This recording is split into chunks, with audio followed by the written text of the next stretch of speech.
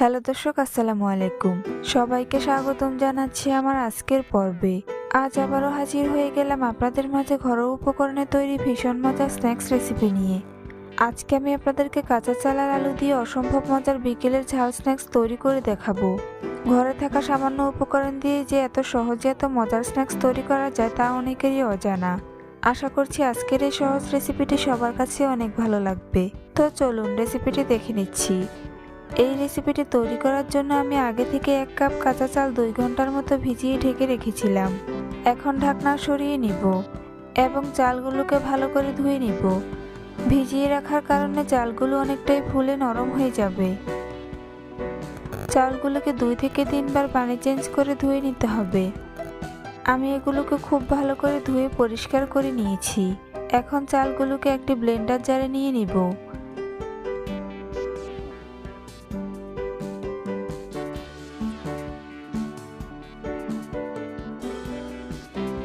সম্পূর্ণ চাল ব্লেন্ডার জারে নিয়ে নিয়েছি।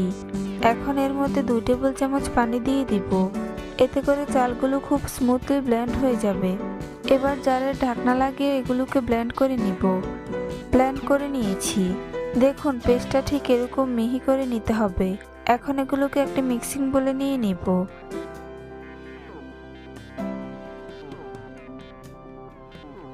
এরপর এর মধ্যে বাকি উপকরণগুলো অ্যাড করে নিব। প্রথমে দিয়ে দিচ্ছি হাফ চা চামচ চিলি ফ্লেক্স, স্বাদ মতো লবণ দিয়ে দিচ্ছি।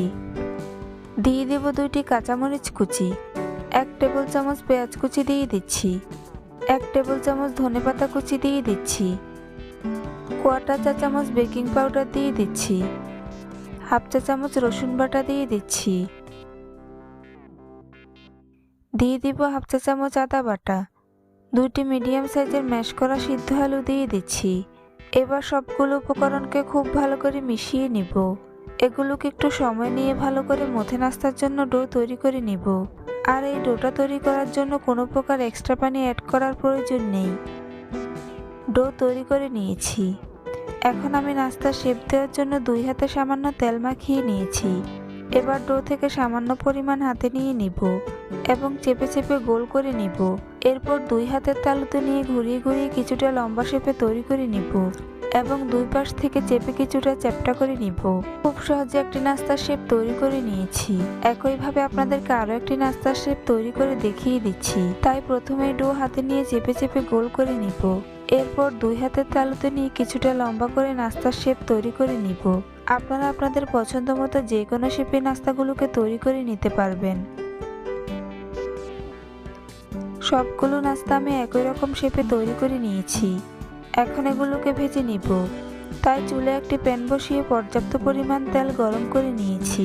এবার গরম তেলের মধ্যে একে একে নাস্তার পিসগুলো দিয়ে দিব।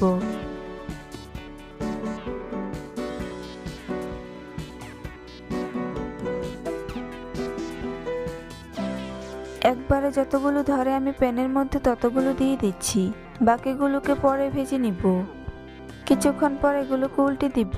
নাস্তাগুলোর যখন একপাশে খুব সুন্দর কালার চেঞ্জ হয়ে আসবে তখন এগুলোকে উল্টে দিতে হবে। চুলার আঁচ মিডিয়াম টু লো হিটে রেখে নাস্তাগুলোকে উল্টে পাল্টে ক্রিস্পি করে ভেজে নিব।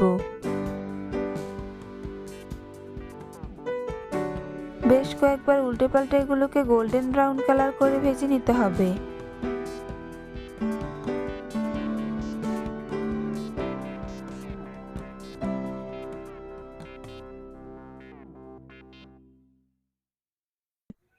গোল্ডেন ব্রাউন কালার চলে এসেছে। এখন এগুলোকে তেল ঝরিয়ে উঠিয়ে নিব।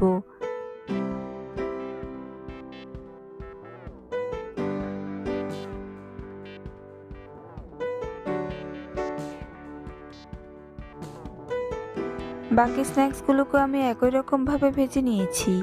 দেখুন স্ন্যাক্সগুলো দেখতে মাশাআল্লাহ কতটা সুন্দর ও লোভনীয় হয়েছে।